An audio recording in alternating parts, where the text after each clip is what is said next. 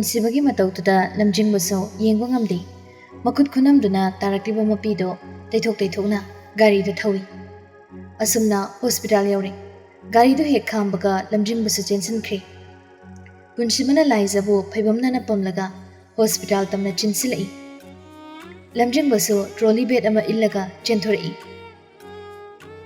ꯄꯨꯟꯁꯤꯕꯁꯨ ꯂꯥꯏꯖꯕꯨ ꯕꯦꯗꯇꯨꯗ ꯊꯝꯃꯤ꯫ ꯂꯝꯖꯤꯡꯕꯅ ꯕꯦꯗꯇꯨ ꯏꯜꯂꯤ꯫ ꯄꯨꯟꯁꯤꯕꯁꯨ ꯃꯁꯥꯗꯣ ꯆꯦꯟꯅ ꯂꯥꯏꯖꯒꯤ ꯃꯈꯨꯠꯇꯣ ꯄꯥꯏꯔꯒ "ꯑꯉꯥꯡ, ꯅꯪ ꯀꯩꯁꯨ ꯇꯧꯔꯣꯏ. ꯑꯩꯅ ꯅꯪꯕꯨ ꯌꯥꯝ ꯅꯨꯡꯁꯤꯕꯅꯤ. ꯑꯩꯅ ꯅꯪꯕꯨ ꯅꯨꯡꯁꯤꯅ ꯀꯣꯟꯁꯤꯟꯗꯨꯅ ꯏꯊꯥ ꯅꯨꯡꯁꯤꯗ ꯆꯦꯛꯁꯤꯟꯗꯅ ꯊꯝꯒꯅꯤ. ꯀꯅꯥꯝꯇꯅ ꯏꯊꯥꯗꯒꯤ ꯁꯦꯠꯇꯨꯅ ꯄꯨꯕ ꯉꯝꯂꯣꯏ. ꯅꯪ ꯀꯩꯁꯨ ꯇꯧꯔꯣꯏ. ꯅꯪꯒꯤꯗꯃꯛ ꯑꯩ ꯂꯩ. ꯑꯩꯒꯤ ꯑꯉꯥꯡꯒꯤꯗꯃꯛ ꯅꯪꯒꯤ ꯗꯥꯝꯆꯥ ꯂꯩ." ꯂꯥꯏꯖꯁꯨ ꯍꯥꯏꯕꯒꯨꯝ ꯃꯉꯛꯇꯨ ꯅꯣꯝꯂꯒ ꯅꯣꯛꯐꯦ ꯇꯧꯔꯛꯏ꯫ "ꯑꯩ ꯀꯩꯁꯨ ꯇꯧꯔꯣꯏ. ꯑꯩ ꯈꯛꯇꯪ ꯍꯥꯏꯒꯅꯨ. ꯏꯆꯥꯁꯨ ꯀꯩꯁꯨꯝ ꯇꯧꯒꯅꯨ ꯍꯥꯏꯌꯨ ꯗꯥꯝꯆꯥ." "ꯇꯧꯔꯣꯏ. ꯏꯆꯥꯁꯨ ꯀꯩꯁꯨꯝ ꯇꯧꯔꯣꯏ. ꯅꯃꯥꯅ ꯆꯦꯛꯁꯤꯟꯅ ꯅꯪ ꯗꯥꯝꯆꯥꯅ ꯁꯦꯟꯅꯒꯅꯤ."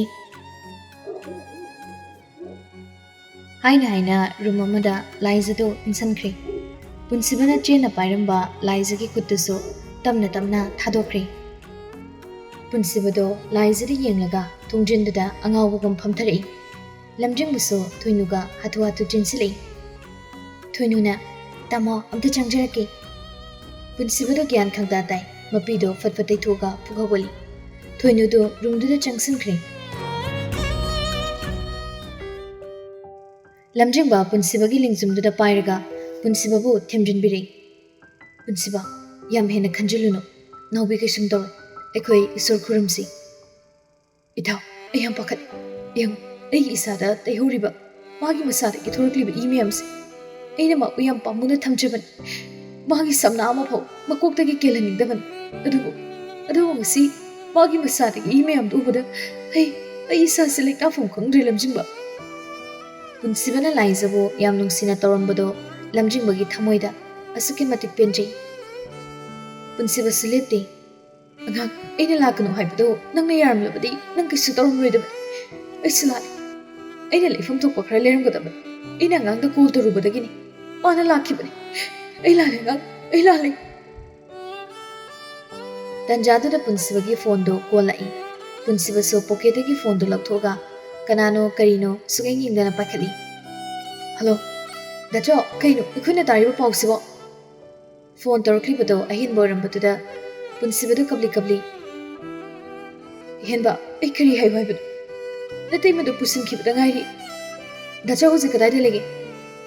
"ꯔꯤꯝꯁꯇ ꯂꯩ."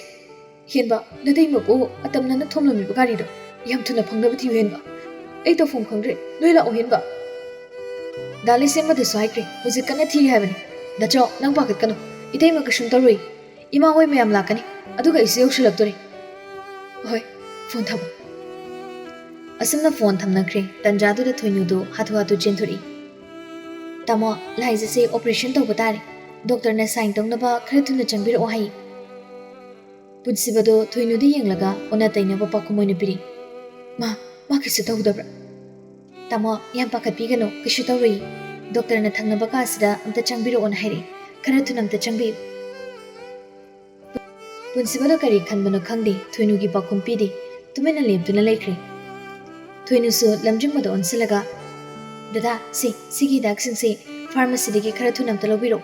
ꯑꯣꯄꯔꯦꯁꯟꯗ ꯆꯪꯒꯗꯕꯅꯤ. ꯌꯥꯝ ꯊꯨꯔꯦꯀꯣ ꯗꯗꯥ." ꯊꯣꯏꯅꯨꯗꯒꯤ ꯍꯤꯗꯥꯛ ꯏꯔꯤꯕ ꯆꯦꯗꯨ ꯂꯧꯔꯒ "ꯍꯣꯏ, ꯑꯗꯨ ꯗꯗꯥ, ꯇꯥꯃꯣꯁꯦ ꯃꯁꯥꯁꯦ ꯇꯔꯪ ꯆꯠꯄꯗꯧꯅ ꯇꯧꯏ. ꯒ꯭ꯌꯥꯟ ꯇꯥꯅ ꯗꯣꯛꯇꯔꯒꯤ ꯃꯅꯥꯛꯇ ꯑꯝꯇ ꯆꯪꯍꯟꯈ꯭ꯔꯣ. ꯉꯥꯏꯍꯧꯔꯕꯅꯤ." "ꯍꯣꯏ." ꯂꯝꯖꯤꯡꯕ ꯄꯨꯟꯁꯤꯕꯒꯤ ꯃꯅꯥꯛꯇ ꯆꯪꯁꯤꯜꯂꯤ꯫ "ꯄꯨꯟꯁꯤꯕ, ꯅꯥꯎꯕꯤꯗꯣ ꯀꯩꯁꯨ ꯇꯧꯔꯣꯏ. ꯅꯪꯅ ꯑꯗꯨꯃꯥꯏꯅ ꯒ꯭ꯌꯥꯟ ꯇꯥꯗꯅ ꯂꯩꯕꯒꯤ ꯃꯇꯝ ꯅꯠꯇ꯭ꯔꯦ. ꯅꯪ ꯗꯣꯛꯇꯔꯒꯤ ꯃꯅꯥꯛꯇ ꯆꯪꯂꯒ ꯁꯥꯏꯟ ꯇꯧꯊꯣꯛꯎꯔꯣ. ꯑꯩ ꯑꯣꯄꯔꯦꯁꯟꯗ ꯆꯪꯒꯗꯕ ꯍꯤꯗꯥꯛꯁꯤꯡꯗꯣ ꯑꯝꯇ ꯂꯩꯔꯨꯈꯤꯒꯦ." ꯄꯨꯟꯁꯤꯕꯗꯣ ꯒ꯭ꯌꯥꯟ ꯈꯪꯇꯥ ꯇꯥꯏ꯫ ꯃꯃꯥꯏꯗꯨꯗ ꯑꯃꯨꯛꯇꯪ ꯅꯥꯟꯊꯔꯒ ꯍꯣꯏ." ꯂꯝꯖꯤꯡꯕꯁꯨ ꯍꯤꯗꯥꯛ ꯂꯩꯕ ꯆꯠꯈ꯭ꯔꯦ꯫ ꯄꯨꯟꯁꯤꯕꯁꯨ ꯊꯪꯅꯕ ꯔꯨꯝꯗꯨꯗ ꯆꯪꯂꯛꯏ꯫ ꯗꯣꯛꯇꯔ ꯂꯛꯁꯃꯤꯁꯨ ꯄꯨꯟꯁꯤꯕ ꯆꯪꯂꯛꯄꯗꯨ ꯎꯕꯗ ꯉꯛꯆꯥꯅꯅ "ꯁꯥꯔꯒꯤ ꯃꯦꯗꯥꯝꯂ ꯂꯥꯏꯖꯁꯦ?" "ꯃꯥꯅꯦ." "ꯑꯣ, ꯁꯥꯔ, ꯆꯦꯌꯔꯁꯤꯗ ꯂꯦꯡꯁꯤꯟꯕꯤꯌꯨ." ꯄꯨꯟꯁꯤꯕ ꯆꯦꯌꯔꯗꯨꯗ ꯇꯞꯅ ꯐꯝꯊꯩ꯫ ꯂꯛꯁꯃꯤꯁꯨ ꯆꯦ ꯑꯃ ꯄꯨꯟꯁꯤꯕꯒꯤ ꯃꯃꯥꯡꯗ ꯊꯥꯡꯖꯤꯜꯂꯛꯏ꯫ "ꯁꯥꯔ, ꯑꯣꯄꯔꯦꯁꯟ ꯍꯧꯖꯔꯒꯦ. ꯁꯥꯏꯟ ꯇꯧꯕꯤꯔꯣ." ꯄꯨꯟꯁꯤꯕꯗꯨ ꯇꯤꯡꯉꯛ ꯂꯛꯁꯃꯤꯗ ꯌꯦꯡꯂꯒ ꯑꯩ ꯁꯥꯏꯟ ꯇꯧꯕ ꯉꯝꯒꯗꯕ ꯃꯥꯜꯂꯤ꯫ ꯁꯥꯔ, ꯌꯥꯝ ꯍꯦꯟꯖꯤꯟꯅ ꯈꯟꯖꯤꯟꯕꯤꯒꯅꯨ, ꯀꯩꯁꯨ ꯇꯧꯔꯣꯏ, ꯃꯇꯝ ꯌꯥꯝꯅ ꯂꯧꯕꯤꯒꯅꯨ, ꯁꯥꯏꯟ ꯇꯧꯕꯤꯔꯛꯑꯣ꯫ ꯑꯣꯄꯔꯦꯁꯟꯁꯤ ꯈꯔ ꯊꯨꯅ ꯇꯧꯗ꯭ꯔꯒꯗꯤ ꯃꯦꯗꯥꯝꯒꯤ ꯐꯤꯕꯝꯁꯤ ꯌꯥꯝꯅ ꯂꯨꯁꯤꯟꯈ꯭ꯔꯅꯤ꯫ ꯄꯨꯟꯁꯤꯕ ꯃꯈꯨꯠꯇꯣ ꯊꯛ ꯊꯛ ꯅꯦꯛꯑꯒ ꯃꯃꯤꯠꯇꯒꯤ ꯃꯄꯤꯗꯣ ꯇꯞ ꯇꯞ ꯇꯥꯔꯒ ꯁꯥꯏꯟꯗꯣ ꯇꯧꯏ꯫ ꯁꯥꯏꯟ ꯍꯦꯛ ꯇꯧꯕ ꯂꯣꯏꯕꯒ ꯄꯨꯟꯁꯤꯕꯗꯣ ꯐꯨꯛ ꯍꯧꯒꯠꯂꯒ ꯂꯛꯁꯃꯤꯒꯤ ꯃꯅꯥꯛꯇ ꯆꯪꯁꯤꯜꯂꯛꯏ꯫ ꯃꯈꯨꯠ ꯑꯅꯤꯗꯨ ꯂꯣꯟꯅꯔꯒ, ꯗꯣꯛꯇꯔ, ꯑꯩ ꯌꯥꯝ ꯄꯥꯈꯠꯂꯤ, ꯃꯃꯥ ꯃꯆꯥꯕꯨ ꯑꯃꯠꯇ ꯑꯁꯣꯏ ꯑꯉꯥꯝ ꯌꯥꯎꯍꯟꯕꯤꯒꯅꯨ꯫ ꯀꯩꯅꯣ ꯁꯥꯔ, ꯑꯗꯨꯃꯥꯏꯅ ꯇꯧꯕ ꯍꯧꯅꯗꯦ, ꯏꯁꯣꯔ ꯈꯣꯏꯔꯝꯁꯤ꯫ ꯑꯁꯤ ꯍꯥꯏꯔꯝꯂꯒ ꯗꯣꯛꯇꯔ ꯂꯛꯁꯃꯤꯗꯣ ꯔꯨꯝꯗꯨꯗꯒꯤ ꯌꯥꯝ ꯊꯨꯅ ꯊꯣꯛꯈ꯭ꯔꯦ꯫ ꯄꯨꯟꯁꯤꯕꯁꯨ ꯑꯉꯥꯎꯕꯒꯨꯝ ꯇꯞꯅ ꯇꯞꯅ ꯊꯣꯔꯛꯏ ꯃꯄꯥꯟꯗ꯫ ꯏꯃꯨꯡꯒꯤ ꯃꯤ ꯄꯨꯝꯅꯃꯛ ꯌꯧꯔꯛꯇꯨꯅ ꯂꯩꯔꯝꯃꯤ꯫ ꯂꯦꯝꯕꯤꯗꯣ ꯄꯨꯟꯁꯤꯕ ꯊꯣꯔꯛꯄꯗꯨ ꯎꯕꯗ ꯇꯥ ꯆꯦꯟꯁꯤꯜꯂꯒ ꯄꯨꯟꯁꯤꯕꯒꯤ ꯏ ꯇꯩꯔꯤꯕ ꯃꯁꯥꯗꯨꯗ ꯌꯦꯡꯂꯒ, ꯁꯅꯥ, ꯏꯃꯧꯗꯤ ꯍꯥꯏꯕꯅꯦ, ꯏꯃꯧ ꯀꯃꯥꯏꯅ ꯇꯧꯔꯒꯦ? ꯄꯨꯟꯁꯤꯕꯗꯣ ꯃꯃꯥꯗ ꯍꯟꯅ ꯌꯦꯡꯗꯦ, ꯇꯨꯃꯤꯟꯅꯗꯨꯃꯛ ꯋꯥꯜꯗꯨꯗ ꯉꯥꯔꯒ ꯂꯦꯞꯇꯨꯅ ꯂꯩ꯫ ꯊꯕꯥꯁꯨ ꯀꯞꯂꯤ ꯄꯨꯟꯁꯤꯕꯒꯤ ꯃꯁꯥꯗ ꯅꯣꯝꯂꯒ, ꯄꯨꯟꯁꯤꯕ, ꯀꯔꯤꯒꯤꯅꯣ ꯅꯪꯅ ꯇꯨꯃꯤꯟꯅ ꯂꯩꯔꯤꯁꯤꯕꯣ? ꯅꯪ ꯇꯨꯃꯤꯟꯅ ꯂꯩꯒꯅꯨ ꯄꯨꯟꯁꯤꯕ, ꯑꯩꯒꯤ ꯏꯆꯥꯅꯧꯕꯤ ꯀꯩꯗꯧꯔꯒꯦ? ꯑꯩ ꯌꯥꯝ ꯄꯥꯈꯠꯂꯤ, मादी खितंग साउबगा सिरनी हाइबने आई याम पाखली। थबा पुनसिबगी नाकों मया नकना तेंथारकपगी खोंजेलदो ताबदा पुनसिबदो ग्यान ताई मचिनदसु तपना सोले सिबा हाइबा नंग बोइगी करी ओइदना अइने कोइदान तानादोइबा सुम फजना हाइबसिरे यारक्त्रदि सिगिना सियोरिबे मना नंगता अदुदा गारीना थुंगलगा सियोरोइ पुनसिबदो माना लाइसना हाइकिबदो निंगसिंगलकपनि मतमदुदा हाइदोकिबा वादो ngasi mikupsina ningsinglei thamoi sokna tingthari makhut aniduna makoktuda pairaga anga ai lale ai tasig lale ai nang yauduna hingbagam loi nang ai bu thadokduna chakhinu ko anga ai lale mayamda punsibada tingak yengari lamjing usu thungjin mayadada lepaga angawbugum kapliba punsibada nungaitana yengduna lei पुनसिबदो माना लाइजबु सिग्रो हाइबो vice नाकोंगनीदुदा हंजिन हंजिन तादुना लेरमाले वालदुदा ममाइदो उनसिलगा मकोक्तो येंशिली अहेनबदो मयामबगी मतोक्तुदा चेंसिलगा खामदोई दाजो नादुमाइ तोगुन इथेमदो किसुम तौरुई अस coccyx इंगाक्ता गाइरि अंजुसु चेंसिलगा पुनसिबगी असोकपदुदा तपना नाली दाजो नंग पाखतकनो इनामदो डॉक्टरना किसुम तौरुई हाइरिदुदी पुनसिबदो अहेनबगा अंजुगगी लिंगजुम अनीदुदा मागी मखुद अनीदुना लेंगोलगा हिकिक तौरगा कपलै हेनबा इचन मोइने किसु तौरे हाइरसु ऐ तुमिन लेथोकपा गमदे ऐ याम pen ऐ Said याम पेनजद्रे दाचो ऐगी चिलसिना माबु सिक्रो हाइक्रे अदुगा ऐगी खुदसिना मागी सिबा चंगबा अनीगी लंगदाइदा लेपतुना लेरिबा माबु अयाबा पिरमदुना sign तौख्रे ऐ याम पाखली हेनबा ऐ sign तौरद्रसु Phagni ऐ नसु क्या पट्टिसु कैगिनो ऐगी चिलसिना ऐगी थवाइ ओइरिबा माबु सिक्रो हाइरिबा कैगिनो हे सोर नंग नैंगोदा सानरिबा लीला मयामसु करिनो ऐबु लंगसिनबिरु ऐगी अंगांगना पीगदबा अवाबा खुदिमक फट्रबा अइंगोंदा पिबियु असे हाइरगा मचिमना अहुमदो कोनसिनरगा कपमिनै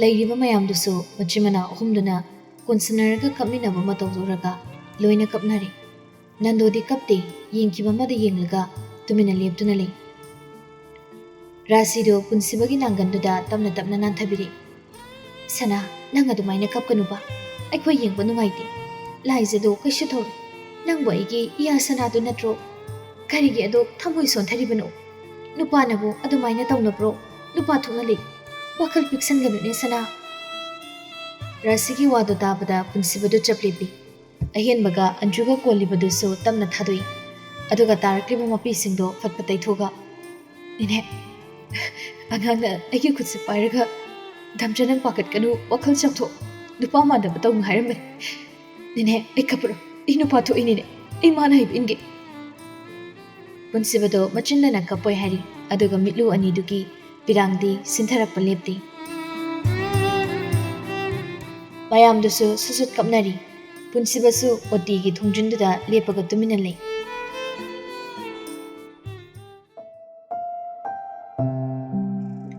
ꯑꯅꯤꯒꯤ ꯃꯇꯨꯡ ꯑꯣꯇꯤꯒꯤ ꯊꯣꯡꯖꯤꯟꯗ ꯊꯥꯜꯂꯤꯕ ꯂꯥꯏꯠꯇꯨ ꯑꯣꯐ ꯁꯦꯠ ꯇꯧꯈꯤ꯫ ꯃꯄꯥꯟꯗ ꯂꯩꯔꯤꯕ ꯃꯌꯥꯝꯗꯨꯁꯨ ꯊꯋꯥꯏ ꯋꯥꯅ ꯊꯣꯡꯗꯣ ꯍꯥꯡꯗꯣꯛꯄ ꯉꯥꯏꯅꯔꯤ꯫ ꯑꯣꯇꯤꯒꯤ ꯊꯣꯡꯗꯨꯁꯨ ꯇꯞꯅ ꯍꯥꯡꯗꯣꯔꯛꯏ꯫ ꯗꯣꯛꯇꯔꯗꯨꯅ ꯊꯣꯡꯖꯤꯟ ꯀꯥꯟꯊꯣꯔꯛꯇ꯭ꯔꯤꯉꯩ ꯊꯣꯡꯖꯤꯟ ꯃꯌꯥꯗ ꯂꯦꯞꯂꯤꯕ ꯄꯨꯟꯁꯤꯕꯗꯣ ꯃꯁꯥꯗꯣ ꯌꯥꯝ ꯄꯥꯈꯠꯅ ꯗꯣꯛꯇꯔ ꯂꯥꯏꯁꯦ ꯀꯩꯁꯨ ꯇꯧꯗꯕ ꯅꯠꯇ꯭ꯔꯥ? ꯗꯣꯛꯇꯔ ꯂꯛꯁꯃꯤꯁꯨ ꯄꯨꯟꯁꯤꯕꯗ ꯅꯨꯡꯉꯥꯏꯇꯅ ꯌꯦꯡꯂꯒ ꯑꯥꯏ ꯑꯦꯝ ꯁꯣꯔꯤ ꯁꯔ, ꯄꯨꯛꯇ ꯈꯔ ꯀꯟꯕ ꯐꯣꯔꯁ ꯑꯃ ꯄꯤꯈꯤꯕ ꯃꯥꯜꯂꯤ꯫ ꯑꯉꯥꯡꯗꯨꯗꯤ ꯀꯟꯕ ꯉꯝꯍꯧꯗ꯭ꯔꯤ꯫ ꯃꯃꯥꯕꯨꯗꯤ ꯏꯁꯣꯔꯅ ꯆꯥꯟꯕꯤꯗꯅ ꯑꯁꯣꯏ ꯑꯉꯥꯝ ꯌꯥꯎꯗ꯭ꯔꯤ꯫ ꯄꯨꯡꯃꯨꯛ ꯂꯩꯔꯒ ꯒ꯭ꯌꯥꯟ ꯂꯥꯛꯑꯅꯤ꯫ ꯄꯨꯟꯁꯤꯕ ꯃꯃꯤꯠꯇꯣ ꯆꯞ ꯌꯨꯡꯂꯒ ꯍꯥ ꯑꯩꯒꯤ ꯆꯥꯄꯣ ꯁꯔ, ꯋꯥꯈꯜ ꯍꯟꯊꯕꯤꯒꯅꯨ꯫ ꯃꯦꯗꯥꯝꯗꯣ ꯊꯦꯝꯖꯤꯟꯕꯤꯌꯨ꯫ ꯍꯟꯗꯛꯀꯤꯁꯤꯗ ꯁꯣꯏꯈ꯭ꯔꯕꯁꯨ ꯃꯇꯝ ꯌꯥꯝꯅ ꯂꯩꯔꯤ꯫ ꯃꯦꯗꯥꯝꯁꯨ ꯑꯁꯣꯏꯕ ꯑꯃꯠꯇ ꯂꯩꯇ꯭ꯔꯤ꯫ ꯗꯣꯛꯇꯔ ꯂꯛꯁꯃꯤꯁꯨ ꯃꯈꯥ ꯇꯥꯔꯝꯗꯅ ꯌꯥꯝ ꯊꯨꯅ ꯃꯥꯒꯤ ꯔꯨꯝ ꯇꯝꯅ ꯆꯠꯈ꯭ꯔꯦ꯫ ꯄꯨꯟꯁꯤꯕꯁꯨ ꯂꯦꯞꯄꯤꯕ ꯃꯐꯝ ꯑꯗꯨꯗꯒꯤ ꯈꯣꯡꯀꯥꯞ ꯑꯃꯅꯤꯗꯤ ꯇꯨꯡꯍꯜꯂꯤ, ꯑꯗꯨꯒ ꯃꯈꯥꯗ ꯉꯦꯛ ꯐꯝꯊꯈꯤ꯫ ꯗꯣꯛꯇꯔ ꯂꯛꯁꯃꯤꯒꯤ ꯋꯥꯗꯣ ꯇꯥꯔꯒ ꯂꯩꯔꯝꯂꯤꯕ ꯃꯌꯥꯝꯗꯨꯁꯨ ꯁꯨꯠ ꯀꯞꯅꯕ ꯍꯧꯅꯔꯛꯏ꯫ ꯉꯁꯥꯏꯗꯒꯤ ꯇꯨꯃꯤꯟꯅ ꯂꯦꯞꯄꯒ ꯂꯩꯔꯝꯕ ꯅꯟꯗꯣꯗꯣ ꯑꯁꯥꯎꯕꯅ ꯍꯦꯟꯃꯟꯈꯤꯗꯅ ꯃꯃꯤꯠ ꯑꯅꯤꯗꯣ ꯉꯛꯁꯪ ꯉꯥꯡꯁꯤꯜꯂꯛꯏ꯫ ꯑꯗꯨꯒ ꯃꯈꯨꯠ ꯈꯨꯇꯨꯝꯗꯣ ꯇꯥꯁꯜꯂꯒ ꯃꯌꯥꯗꯣ ꯀꯛ ꯆꯤꯛꯂꯒ ꯏꯃꯥꯅ ꯍꯦꯛ ꯄꯣꯛꯄꯗꯒꯤ ꯃꯤꯅ ꯂꯥꯛꯆꯕ, ꯃꯤꯅ ꯉꯝꯕ ꯌꯥꯗꯕ ꯈ꯭ꯋꯥꯏꯔꯥꯛꯄꯝ ꯅꯟꯗꯣ ꯑꯩꯒꯤ ꯑꯃꯗꯤ ꯈ꯭ꯋꯥꯏꯔꯥꯛꯄꯝ ꯁꯥꯒꯩ ꯑꯁꯤꯒꯤ ꯑꯍꯥꯟꯕ ꯃꯅꯤ ꯑꯃꯕꯨ ꯀꯩꯁꯨ ꯅꯠꯇꯕ ꯎꯇꯝ, ꯅꯪꯒꯤ ꯏꯃꯨꯡꯅ ꯃꯤꯅꯨꯡꯁꯤ ꯈꯪꯗꯅ ꯑꯩꯒꯤ ꯏꯁꯨꯕꯨ ꯅꯣꯏ ꯅꯠꯇꯅ ꯑꯁꯤꯒꯨꯝꯕ ꯊꯕꯛꯁꯤ ꯇꯧꯔꯛꯅꯕ ꯃꯤ ꯂꯩꯇꯦ꯫ ꯃꯔꯝꯗꯤ ꯉꯁꯤ ꯐꯥꯎꯕꯗ ꯀꯅꯥꯝꯇꯗ ꯂꯥꯟꯈꯤꯕ ꯂꯩꯇ꯭ꯔꯤ꯫ ꯐꯩ, ꯏꯁꯨꯒꯤ ꯂꯃꯟ ꯃꯄꯨ ꯑꯣꯏꯅ ꯈꯨꯝꯒꯅꯤ꯫ ꯍꯦꯟꯕ, ꯅꯪ ꯀꯩꯗꯧꯔꯤ? ꯃꯤꯍꯥꯠꯄꯁꯤꯡꯗꯣ ꯊꯤꯔꯨꯁꯤ ꯂꯥꯎ, ꯏꯈꯨꯠ ꯄꯦꯟꯅ ꯍꯥꯠꯀꯦ꯫ ꯍꯦꯔꯥ, ꯑꯗꯨ ꯎꯁꯤꯠꯇꯕ, ꯅꯟꯗꯣ ꯑꯣꯏꯅ ꯌꯥꯅꯤꯡꯈꯤꯗꯕ ꯃꯤꯗꯤ ꯍꯤꯡꯅ ꯈꯛ ꯊꯝꯂꯣꯏ꯫ ꯑꯁꯤ ꯍꯥꯏꯔꯒ ꯅꯟꯗꯣꯗꯣ ꯌꯥꯝ ꯊꯨꯅ ꯆꯠꯈ꯭ꯔꯦ꯫ ꯂꯦꯝꯕꯤꯗꯣ ꯄꯥꯈꯠꯅ ꯍꯦꯟꯕꯒꯤ ꯃꯅꯥꯛꯇ ꯆꯪꯁꯤꯜꯂꯛꯏ꯫ ꯍꯦꯟꯕ, ꯅꯄꯥꯁꯤ ꯌꯥꯝ ꯁꯥꯎꯈ꯭ꯔꯦ꯫ ꯅꯪ ꯑꯃꯨꯛꯇ ꯆꯠꯂꯨꯅꯦ꯫ ꯅꯄꯥꯕꯨꯅꯦ ꯑꯃꯨꯛꯇ ꯈꯥꯝꯆꯨ ꯆꯠꯂꯨ꯫ ꯑꯩꯈꯣꯏꯅ ꯈꯥꯝꯕꯁꯨ ꯌꯥꯔꯣꯏ꯫ ꯅꯪ ꯕꯕꯥꯁꯤ ꯑꯁꯨꯛꯀꯤ ꯃꯇꯤꯛ ꯊꯃꯣꯏ ꯀꯥꯏꯈ꯭ꯔꯦ꯫ ꯑꯩꯈꯣꯏꯒꯤ ꯋꯥ ꯑꯃꯠꯇ ꯅꯄꯥꯅ ꯇꯥꯕꯤꯔꯔꯣꯏ꯫ ꯑꯍꯦꯟꯕꯁꯨ ꯑꯁꯥꯎꯕꯅ ꯍꯦꯟꯃꯟꯈꯤꯗꯅ ꯋꯥ ꯑꯃꯠꯇ ꯍꯥꯏꯗꯦ꯫ ꯅꯟꯗꯣꯒꯤ ꯃꯇꯨꯡ ꯏꯟꯅꯈꯤ꯫ ꯃꯦꯝꯊꯣꯏꯁꯨ ꯃꯁꯥꯗꯣ ꯁꯥꯎꯅꯤꯡꯕꯗ ꯁꯣꯔꯗꯣ ꯐꯨꯏꯅ ꯐꯨꯏꯅ ꯍꯣꯜꯂꯤ꯫ ꯂꯝꯖꯤꯡꯕꯁꯨ ꯀꯔꯤ ꯇꯧꯒꯗꯕꯅꯣ ꯈꯪꯗ꯭ꯔ ꯃꯥꯜꯂꯤ, ꯇꯨꯃꯤꯟꯅ ꯊꯣꯛꯈ꯭ꯔꯦ꯫ ꯂꯦꯝꯕꯤꯗꯣ ꯀꯞꯅ ꯀꯞꯅ ꯍꯦ ꯏꯁꯣꯔ, ꯀꯔꯤꯅꯣ ꯇꯧꯔꯤꯕ ꯃꯇꯧꯁꯤꯕꯨ? ꯂꯥꯏꯖꯅ ꯒ꯭ꯌꯥꯟ ꯇꯥꯔꯛꯑꯒ ꯑꯩꯈꯣꯏꯅ ꯈꯨꯝꯒꯗꯕ ꯄꯥꯎꯈꯨꯝꯁꯤꯕꯨ ꯀꯔꯤꯅꯣ? ꯔꯥꯁꯤꯁꯨ ꯀꯞꯄꯤ꯫ ꯏꯅꯝꯃ, ꯀꯞꯀꯅꯨꯁꯦ꯫ ꯑꯩꯈꯣꯏꯅ ꯅꯨꯡꯉꯥꯏꯇꯕ ꯎꯠꯂꯗꯤ ꯁꯅꯥꯒ ꯂꯥꯏꯖꯒꯗꯤ ꯀꯔꯝꯅ ꯄꯨꯛꯅꯤꯡ ꯐꯥꯊꯕꯤꯒꯅꯤ? ꯑꯩꯈꯣꯏ ꯃꯌꯥꯝ ꯆꯪꯗꯅ ꯋꯥꯈꯜ ꯐꯥꯊꯕꯤꯕ ꯇꯥꯕꯅꯤ꯫ ꯃꯦꯝꯊꯣꯏꯁꯨ ꯀꯞꯂꯤ ꯀꯞꯂꯤ ꯑꯅꯤꯗꯨꯒꯤ ꯃꯅꯥꯛꯇ ꯆꯪꯁꯤꯜꯂꯛꯏ꯫ ꯏꯆꯦ, ꯊꯣꯛꯂꯤꯕ ꯊꯧꯗꯣꯛ ꯈꯨꯗꯤꯡꯃꯛ ꯍꯧꯔꯛꯐꯝꯗꯤ ꯑꯩꯅꯅꯤ꯫ ꯑꯩꯅ ꯌꯨꯝꯁꯤꯗ ꯈꯣꯡ ꯊꯥꯡꯖꯤꯜꯂꯛꯄꯒꯤ ꯉꯁꯤꯗꯤ ꯏꯆꯥ ꯏꯃꯧꯒꯤ ꯑꯃꯗꯤ ꯏꯃꯨꯡꯁꯤꯒꯤ ꯃꯤꯑꯣꯏ ꯈꯨꯗꯤꯡꯃꯛꯀꯤ ꯊꯃꯣꯏꯕꯨ ꯀꯥꯏꯍꯟꯕꯅꯤ꯫ ꯏꯆꯦ, ꯑꯩ ꯍꯧꯖꯤꯛ ꯀꯩꯗꯧꯒꯅꯤ? ꯑꯁꯨꯛ ꯌꯥꯝꯅ ꯆꯌꯦꯠꯅꯕ ꯄꯨꯟꯁꯤꯁꯦ ꯑꯩ ꯄꯥꯝꯗ꯭ꯔꯦ ꯏꯆꯦ꯫ ꯑꯩ ꯁꯤꯅꯤꯡꯉꯦ ꯏꯆꯦ, ꯑꯩ ꯍꯤꯡꯅꯤꯡꯗ꯭ꯔꯦ꯫ ꯑꯩꯒꯤ ꯂꯥꯏꯕꯛꯁꯦ ꯑꯁꯨꯛ ꯌꯥꯝꯅ ꯊꯤꯔꯤꯕꯁꯤ ꯀꯔꯤꯒꯤꯅꯣ? ꯂꯦꯝꯕꯤꯁꯨ ꯃꯦꯝꯊꯣꯏꯕꯨ ꯀꯣꯟꯁꯤꯜꯂꯒ ꯃꯦꯝꯊꯣꯏ, ꯀꯔꯤꯅꯣ ꯅꯪꯅ ꯍꯥꯏꯔꯤꯗꯨꯕꯣ? ꯅꯪꯒꯤ ꯋꯥꯈꯜ ꯏꯆꯦ ꯆꯞ ꯆꯥꯅ ꯈꯪꯏ꯫ ꯐꯠꯇꯕ ꯃꯈꯣꯏꯅ ꯇꯧꯔꯒ ꯏꯆꯦ ꯍꯣꯏꯅꯅꯦ ꯅꯪꯉꯣꯟꯗ ꯂꯥꯟꯅ ꯂꯧꯕ ꯀꯩꯁꯨ ꯂꯩꯇꯦ꯫ ꯅꯪꯅꯦ ꯑꯗꯨꯝꯅ ꯍꯥꯏꯒꯅꯨ꯫ ꯁꯅꯥꯍꯜꯁꯨ ꯇꯨꯃꯤꯟꯅ ꯂꯦꯞꯇꯨꯅ ꯂꯩꯔꯝꯕꯗꯒꯤ ꯊꯕꯥꯒꯤ ꯃꯅꯥꯛꯇ ꯆꯪꯁꯤꯜꯂꯛꯏ꯫ ꯊꯕꯥ, ꯑꯩ ꯌꯨꯝꯗ ꯍꯜꯂꯒꯦ꯫ ꯄꯨꯟꯁꯤꯕꯁꯤ ꯅꯣꯏ ꯃꯌꯥꯝꯅ ꯆꯪꯗꯅ ꯊꯦꯝꯖꯤꯟꯕꯤꯌꯨ꯫ ꯏꯇꯩꯃ, ꯑꯩ ꯌꯨꯝꯗ ꯍꯜꯂꯒꯦ꯫ ꯏꯃꯥꯁꯨ ꯃꯁꯥ ꯉꯝꯍꯧꯗꯦ꯫ ꯊꯣꯛꯈ꯭ꯔꯗꯤ ꯊꯣꯛꯈ꯭ꯔꯦ꯫ ꯏꯇꯩꯃ ꯍꯣꯏꯅ ꯑꯉꯥꯡꯁꯤꯡꯁꯤ ꯈꯔ ꯐꯅꯕ ꯑꯃꯨꯛꯇ ꯊꯦꯝꯖꯤꯟꯕꯤꯌꯨ꯫ ꯁꯅꯥꯍꯜꯗꯣ ꯂꯦꯝꯕꯤ ꯍꯣꯏꯗ ꯑꯣꯟꯁꯤꯜꯂꯒ ꯋꯥꯍꯩꯁꯤꯡꯁꯦ ꯍꯥꯏꯔꯝꯂꯒ ꯆꯠꯈ꯭ꯔꯦ꯫ ꯊꯕꯥꯗꯣ ꯑꯋꯥꯕ ꯅꯨꯡꯉꯥꯏꯇꯕ ꯄꯨꯝꯅꯃꯛ ꯂꯣꯠꯁꯤꯜꯂꯒ ꯄꯨꯟꯁꯤꯕꯒꯤ ꯃꯅꯥꯛꯇ ꯇꯞꯅ ꯆꯪꯁꯤꯜꯂꯒ ꯄꯨꯟꯁꯤꯕꯒꯤ ꯂꯦꯡꯖꯨꯝꯗꯨꯗ ꯃꯈꯨꯠꯇꯣ ꯊꯝꯃꯤ꯫ ꯄꯨꯟꯁꯤꯕ, ꯅꯪ ꯒ꯭ꯌꯥꯟ ꯇꯥꯎ꯫ ꯅꯪꯅ ꯑꯗꯨꯝꯅ ꯊꯃꯣꯏ ꯀꯥꯏꯅ ꯂꯩꯔꯕꯗꯤ ꯅꯧꯖꯔꯤꯕꯤ ꯑꯩꯒꯤ ꯏꯆꯥꯅꯥꯎꯕꯤꯒꯤ ꯅꯤꯡꯕ ꯀꯥꯏꯕꯒꯤ ꯇꯦꯡꯊꯥꯈꯣꯜꯗꯤ ꯀꯅꯥꯅ ꯊꯦꯝꯖꯤꯟꯕꯤꯒꯅꯤ? ꯏꯁꯨꯗꯨꯅ ꯃꯔꯥꯏꯕꯛ ꯊꯤꯈ꯭ꯔꯕꯁꯨ ꯃꯃꯥꯗꯤ ꯏꯁꯨꯗꯨꯅ ꯀꯟꯕꯤꯔꯝꯂꯦꯗꯅ꯫ ꯅꯣꯏ ꯑꯅꯤꯒꯤ ꯂꯥꯏꯕꯛꯇ ꯑꯁꯨꯝꯅ ꯊꯣꯛꯎ ꯇꯝꯂꯝꯕꯅꯅꯤ꯫ ꯅꯣꯏ ꯍꯧꯖꯤꯛ ꯃꯇꯝ ꯂꯩꯇ꯭ꯔꯦ ꯍꯥꯏꯕꯁꯨ ꯅꯠꯇ꯭ꯔꯤ꯫ ꯑꯩꯈꯣꯏ ꯅꯥꯎꯕꯤꯁꯤ ꯃꯃꯥ ꯑꯣꯏꯕ ꯉꯝꯂꯔꯣꯏ ꯍꯥꯏꯕꯃꯛꯁꯨ ꯅꯠꯇ꯭ꯔꯤ꯫ ꯃꯇꯝ ꯌꯥꯝ ꯂꯩ꯫ ꯄꯨꯟꯁꯤꯕ, ꯅꯪꯅ ꯅꯪꯒꯤ ꯅꯨꯄꯤꯕꯨ ꯊꯦꯝꯖꯤꯟꯕꯤꯒꯗꯕꯅꯤ꯫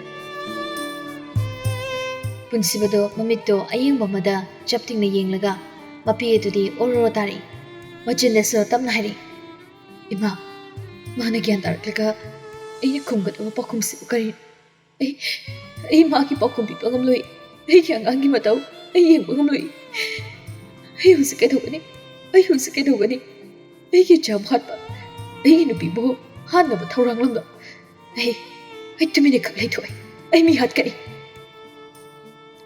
पुनसिबदो खुसाउनना मखुतो खुतुम तासिलगा वालदुदा थिंजली मयाम चंगलगा पुनसिबबु खामदोई तंजादुदा पुनसिबगी फोनदो कोलाई बदो पुनसिब पाइखत्ती अंजुना न पाइखली हेलो दालेसिंबा ताई हाइबिरो गाड़ी दो फंगली हाँ गाड़ी दो फंगलीबा पुनसिबा याम थुना अंजुनागी फोनदो फटलौरगा मागी नाको मयादुदा थमी लेसिंबना अतै कना सोरमद्रे निंसी होगी इमुंग मनुंगाक तोरमी मरक्तुदा रासना प्लान सिंबोरमी गाड़ी थौरिबा मिदो मोइना नेपोरमी पुनसिबयम साउना मोइलोइना नोइगी खुता लेरबा लेरे गाड़ी थौरिबा नुपादुदी स्टेशन दा पुखरे अखोय हुसे उतमगी युमदा लेरी फरे अदुदी स्टेशन दा पुसिनखिनु मफमदुदा ngahak leram ai laki hoy kitang thuna law baba hoise uksilaktori पुनसिबा फोन दो फटकलगा हगली लेंबी दो पखना सना कदाइदनो नंग जखरन इमौसे ग्यान तारानी नंग लेत्रबरी इमौसे अखोइन थेंब गमलो इमा अइबु खांगो अइगी इचागी लमन खुंगनी मोइबु हिंगना कक्थमना अइ मी हाटकनी इखुदसिना मखोइबु तुमना हलगा अइगी थमोइगी चाखलिबा दिंगमदबगी मचाकसे कोकनी अइ अंगांगना ग्यान तारक्ट्रिङैदा याम थुना हलकनी मा असे हारम लगा पुनसिबसु चटपा हुई मेमथोई दो पुनसिबगी तुंगदा प्रप्रप तानरगा सना ऐसे लाके इदोमचा लाखनुदा नमंग नुपीबु थेमजिनबिरम सना मतांग चारिङैदा ऐसने इखुद फेना अमुक्ता फुहोगी चसी चलो मेमथोइने याददना पुनसिबगा मेमथोइगा पुन्ना नेन्सियोगी युमदा लाकले युम योरदना गाड़ीदो स्पीड कंटकना थौजिलागा सुमांगदुदा खामी अदुगा पुनसिबदो याम थुना कुमथाख्रे मेमथोइसु पुनसिबगी मतुंग इनरई ममांग कादुदा रितुना कपगी खंजेलदो ताबदा पुनसिबोइसु कादु तमना चंगसिलई अहेनबगा लमजिंबगना रासका नुंगदमगदो फुरगा लेरमी नाकन उतमसु नंदोगी मनाक्ता उतुप ताबकुम तारगा मचिंबांदो पुंगतत तटलगा ई तारगा लेरमी अदुगा रितुना अंगावबिगुम मरक्तुदा खांगपों खंगदा कपगा लेरमी लमजिंग मयावना तौरमिबा मोंगदुबदा पुनसिबसु थोंजिनदुदा चपलेपगा लमजिंबा पुनसिबा अइसु बाबा होइगी मतुंग इनरपनि अइ तुमिना लैथोकपा ngamdri पुनसिबा इचिन लाइसकी थमोइ काहिनबगिदमक अइसु मबुंग मोइना इखुतपेना वारपगी अयाबा बिबियु वारकपनाति लमजिंबा मोइ हिंगना थंबया मोइबु हाटकदबन अहेनबदो नोंदमगी खौरी चरमनु मेली दचो लो मिफत्तसे नखुतपेना फुलो उदमदो अहेनबगी मनाक्ता चंगसिलगा अहेनबा अखुइना लानखिबा ngakतनि नोंदमदो कशु खंबा नते फत्तबा अखुइना हाइबा इनखिबनि नंगी ननावनि माबु उंता कनबियु कनागी मनाव मतै मबु हानबा सिलिबा मागी मचागुंबा अखुइगी चाबु हालिबा माबु अइना लेमना थागद्रो नोइगा अखुइगा मरी थोंनदि नोइ कनानो मसक खंदि चथो चलो लेसेमबदो पुलिस खरा का मनुंग लेरिबदुदा नुंगाइट्रा माले नोइ मपानदा लोइना थोक्रो पुलिस मखैदुसु याम थुना थोक्की लेसेमबा पुनसिबदो ओनसिलगा पुनसिबा इचागी लमन नखुना खुमलो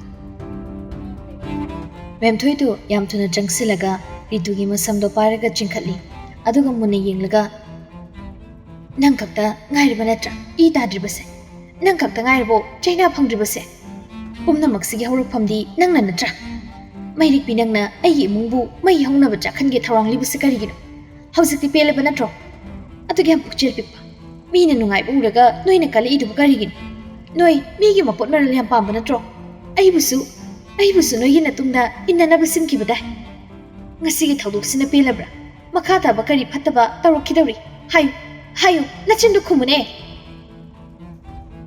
असे हारगा मेमथोइना रितुगी ममाइदुदा ओन लगा Thai Ritu ki mamai tu damo tin da sisili. Ritu kapli makut lonaraga. Ibima ayam lat. Aina pangbi urubana migi nungai bu uraga. Aina kala ubana ngasidi. Ichagi masak uba pangkit. Ichabusu mihat bu hel. Pumnamak aina lan ka bangaktani. Ekoi bu mutangak biu. Mem thoina nang halale haraga husik bu halak pa yakidro. Aingonda ne wam ta harakan. Noi bu aina imung manung ni khandi. Lam ba magum khankre. Nakhoi dine ai yeknabani. Asi haraga Ritu gi masamdo soro chinglaga nongdam moina lairiba adomda pusilai. Nongdamna nine kanagi nine kawrakan pap chelba na chindane aingonda kawrakan. Ai noi bu masakhangni. Noi na igi isagi property yam pam khibadaine. Ai gi leizaramba sana mayam dusu noi na mangan khibanatra. Hare ngasidagi yumsi ai gi oirani. Ai gi isanupa punsibaga ahen bagada yumsi gi nama palani. Kanana no tingbangaba tingnabu chomthuro. Ai ga tingnagi. Ahen bana dacho ani sinani. Babi sibu gari na thongna basilamisi. Gari gi tumina lipaga libiribano. Punsibado asawna nganglaba mamit aniduna Raska nongdamgagi managda changsili. Kashulektaba nakhoina egi jam hat. Noi aina hingna thamla. Asi haraga punsibado nongdamga Raskada makut pena phui. Ngasai makai nakana lepaga tawriba mongdo yenglaga leramba. Nandosu punsibagi managda yam fingna changsili. Aduga magi nongmoido yam thuna punsibada piraga. Nongmoisinane kapak halo. Nang jail da lerabusu leko. Ai isugi laman kumdaba yadabani. Punsibasu yam thuna mapagi nongmoido lauraga. Lamjingba ahenba noi ni thoro. Mipata singsi mathoi loge. Ritu do jensalaga nongdangi mamangda lepi. Punsiba adu tadi tawbigan aigi chagi thawai tadi kanbi. Memthoi do makha chiklaga jinsilaktuna Ritu gi masamdo pai. Nang khakta nacha nuksiba khangbra. Mina macha kaina bado kayam thamoi kairamgani kayam chaklamgani nang sukhang thorongla mem thoine Ritu bu chingthoi utamso hogot pangamdana macha bu hapiganu haiduna kyarak haijai punsibado kanamtagi wata khidri pairiba nongmoiduna nongdam garas kabu kapi Ritu do angawbigum chinsilaga macha bu kongkhalaga kapi leisembaso mapana leiriba police makhaido nongoi makhol tarabada chinsilakringai khonglei thuna punsibagi manakta chinsilaga punsibana pairiba nongmoido satmullaga mana oina kapagi mongda lepagali punsibasu leisimbana ngakni yengi leisimba punsibada nungaidana yengli nangena jado agi sisan nangki shumkhangan pumnama aina thingnagani nangasida yamkuina leno laizagi manakta chalo punsibado mapi rajyalaga leisimbada nungsina yengi police makhaidaso jinsinari leisimbana nongmoido pairaga lepi momongdobada nongmai kablibado leisimbana ni khankre noi khra agi nakta leho aduga nupasiga nupisiga station da pur